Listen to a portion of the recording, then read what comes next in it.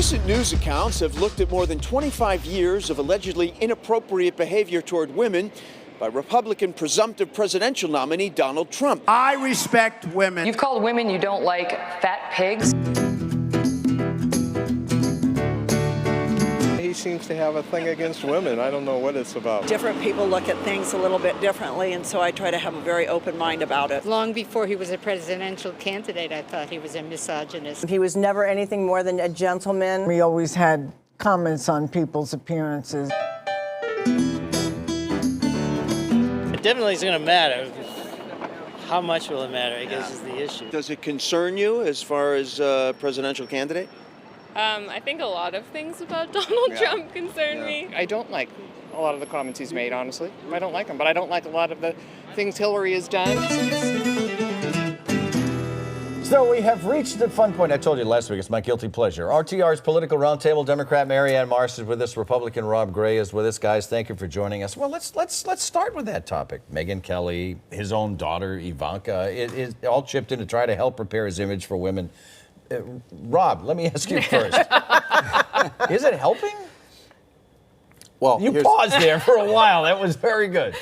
The jury's out, but I'll say this. I think a lot of this is already baked into Trump's poll numbers. I mean, this is not a big revelation that happened this week.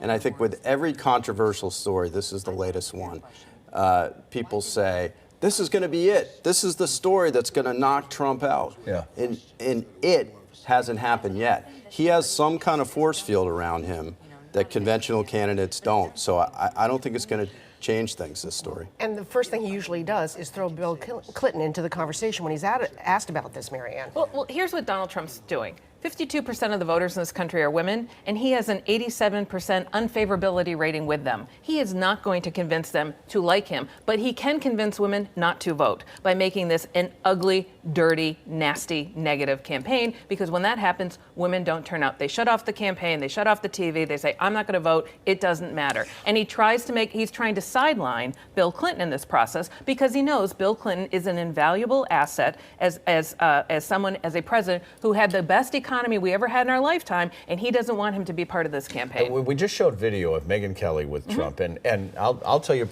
I listened to it. I find nothing new or interesting in it. But let me ask you this question, just from you do spend time on Fox News, and everybody knows that. And I don't want to put you in a compromising position, but this was an important part of Megyn Kelly's stuff. Did it work, do you think? I mean, did it putting the two of them together in the same screen, did it work? I think Megyn was smart to do the interview, and I think she's been good for her for standing up to him and taking him on and taking this fight on. And I think the real test will be not this interview, but if she does one of the presidential debates going forward, and she's a moderator, and then how does Donald Trump act? I think that's the real question going forward, but good for her for not running away from it. Let's change the conversation. I should say, move over to the other side of the aisle. Hillary Clinton needs Bernie Sanders, and she needs his followers. Short of making Senator Elizabeth Warren her running mate, what else does she need to do to convince Bernie's people that she needs them and that it's time for them to move over to the Hillary Clinton camp? The problem for Hillary Clinton is that when Jeb Bush was still in the race, he was the low-energy candidate. At least Donald Trump called him that. I think now that's what Hillary Clinton has become. There's a lack of enthusiasm for Hillary Clinton. It's her biggest problem going into the fall because you can't manufacture that. So I think she is going to have to pick some kind of exciting running mate, but I don't know if that's going to be enough. If you don't get the turnout in the fall, if you don't have that excitement that Barack Obama had, I think it's going to be very, very tough for Hillary Clinton to win. Lots of controversy as to whether Elizabeth Warren is on that short list.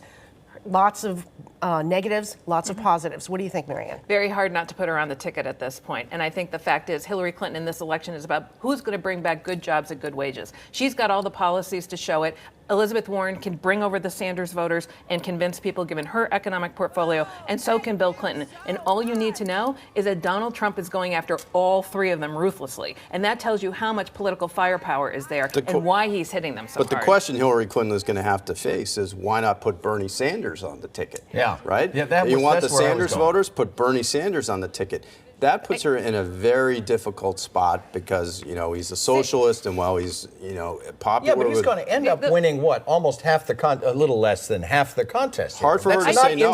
Hard for her to say no to him. I don't think so. I don't think so at all, especially after the end of this campaign. Let's watch the next few weeks and look at what Bernie Sanders is doing. We're finally seeing the real Bernie Sanders, who's all about Bernie Sanders and nobody and nothing else. The Democratic Party, the nomination, he says he wants to stop Trump. Baloney. This is the guy he's always really been. You can't hide who you really are. And he is trying to take her and the Democratic Party down for his own purposes. That's not going to get him on the ticket. It will get Elizabeth Warren on it. Bill Clinton will be out there. This is going to be a brutal campaign for all the wrong reasons. But fair to say, nothing much will happen over the next 2 weeks because there's no contest coming up. Does she just sort of, mind her own business for the next 2 weeks and not say too much? Hillary Clinton, I mean. No, she needs to finish this campaign strong, and she needs to keep her foot on the gas pedal, and you saw that in Kentucky earlier this week. But Bernie Sanders is about to throw a match and try to burn down the House. And the two things you need to know here, this isn't only about Hillary Clinton bringing people over, it's also about beating Donald Trump. So you may not love Hillary Clinton, but you will loathe Donald Trump, and that will be as motivating as anything. You're constantly going to hear that Bernie Sanders keeps winning contests, and the margin is close. But remember, the Patriots won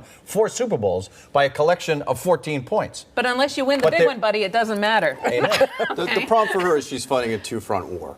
She's got Trump on one side and Sanders on the other. That's always a tough position to be in. Let's move the conversation over to Bill Weld. We all thought he was in our rearview mirror, but apparently not. Rob, you probably know him best. You worked for him for a very long time. Vice President on the Libertarian ticket. What does this buy him, and how much chaos will this create in, quite frankly, an already chaotic election? I think it probably buys him a little bit of publicity, maybe a lot, he hopes. But I think, unfortunately, I think Bill's a little misguided on this. There's a lot of big Republican donors and loyal Republicans who are suffering from Trump derangement syndrome, excuse me. I mean, Trump wasn't my first choice either, but the Trump train is down the tracks. And all these people who think, we're going to take out Trump, we're going to win one state and throw the election to the House of Representatives, and they're going to choose Paul Ryan.